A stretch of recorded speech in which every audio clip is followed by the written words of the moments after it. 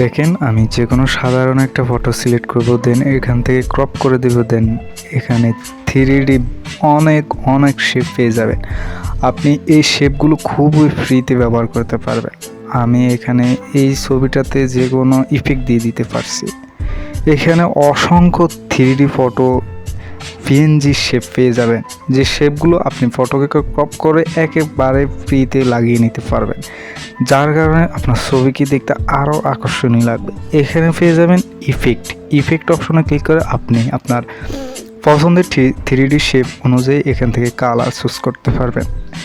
আবার প্লাস আইকনে ক্লিক করে আবার যে কোনো ছবিকে আপনি এখান থেকে ক্রপ করে অ্যাড করে দিবেন। অ্যাড করার পর আপনি এখানে অসংখ্য 3D অ্যানিমেশন শেপ পেয়ে যাবেন। আপনি যে কোনো শেপ এখান থেকে ফ্রিতে লগো হিসেবে সেট করে নিতে পারেন।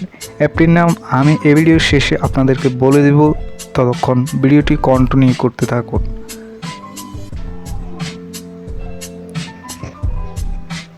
ছবিটা ক্রপ করার পর দেন এখান থেকে 3D অ্যানিমেশনের যে কোনো কালারিং আপনার পছন্দ অনুযায়ী যে কোনো আপনি এখান থেকে 3D অ্যানিমেশন নিয়ে নেবেন, দেন এখান থেকে টিকমার্ক করে সেভ করে দেবেন।